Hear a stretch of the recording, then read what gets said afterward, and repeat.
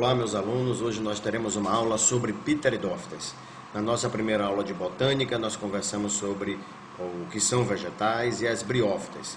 Vocês viram que as briófitas foram os primeiros vegetais a sair do ambiente aquático e passar para o ambiente terrestre. Por esse motivo, por serem as primeiras, elas ainda não estavam tão bem adaptadas assim a um ambiente terrestre.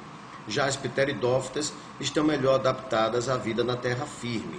E quais são as características que mostram isso nas pteridófitas?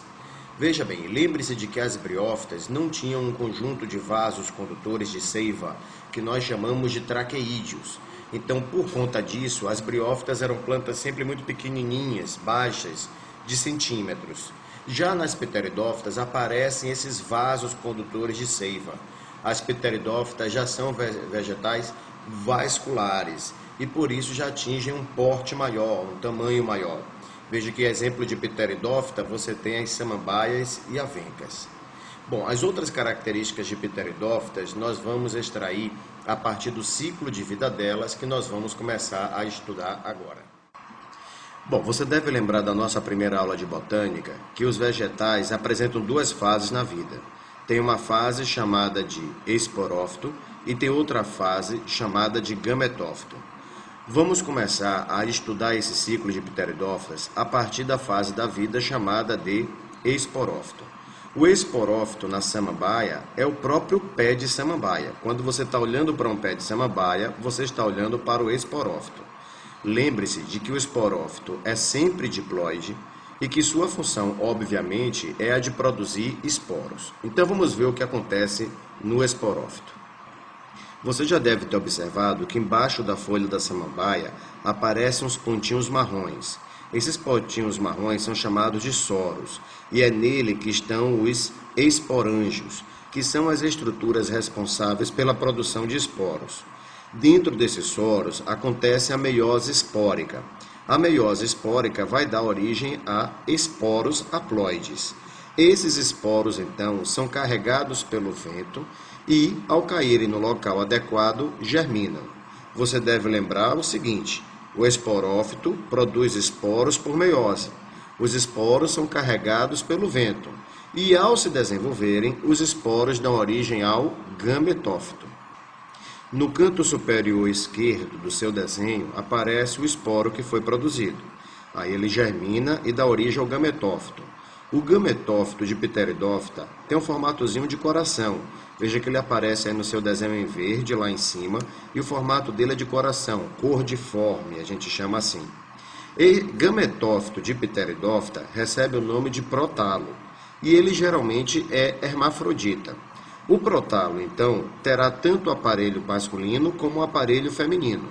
O masculino recebe o nome de anterídeo e produz o gameta masculino chamado de anterozoide. Já a parte feminina é chamada de arquegônio e produz o gameta feminino chamado de oosfera. Quando chove na presença de água, inunda, porque veja que o prótalo, o gametófito de pteridófita, é baixinho, ele fica rente ao chão. Então, quando chove, alaga tudo, e aí o anterozoide vai nadando até a oosfera fecundá-la.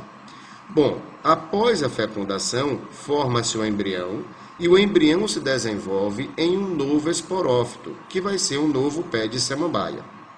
Então, veja bem, está obedecendo ao ciclo geral de vegetais. Nós temos um esporófito, que é o próprio pé de samambaia, que produz esporos por meio de uma meiose.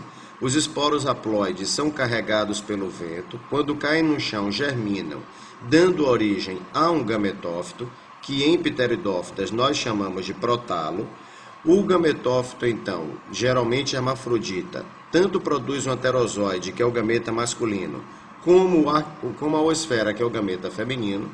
Na presença de água ocorre a fecundação, que forma o embrião, que se desenvolve em um novo esporófito, que será um novo pé de samambaia. Bom, então esse é o ciclo de vida de pteridófitas. Tem duas observações bem importantes aqui. A primeira, veja que tem anterozoide e que ele vai nadando até a oosfera. Isso significa que em pteridófitas a reprodução sexuada ainda depende de água. Assim como em briófitas também dependia, porque ela também tem anterozoide que vai nadando. Então, em briófitas e em pteridófitas, a reprodução sexuada ainda depende de água. Mas tem outra observação muito importante. Briófitas é o único grupo vegetal em que a fase de vida permanente, a fase de vida mais desenvolvida, é o gametófito. A partir de pteridófitas, a etapa mais desenvolvida é o esporófito. Então, de agora em diante, sempre a etapa mais desenvolvida será o esporófito. Veja que o pé de samambaia é o esporófito. O gametófito, o protalo, talvez você nunca tenha visto na vida, mas certamente você já viu uma samambaia na vida. Então, a partir de pteridófitas, o esporófito é a etapa mais desenvolvida. Agora, eu não sei se você sabe que isso é uma adaptação à vida terrestre. Porque, veja, o gametófito é o momento da vida em que a reprodução depende de água. Em pteridófitas, no que o esporófito se tornou a etapa mais desenvolvida, significa que a partir de pteridófitas, a etapa mais desenvolvida é aquela que consegue se reproduzir mesmo que não esteja chovendo. Porque a produção de esporos ocorre com chuva ou sem chuva. Agora, em briófitas e pteridófitas não tem fecundação sem chuva. Sem água não dá para fecundar.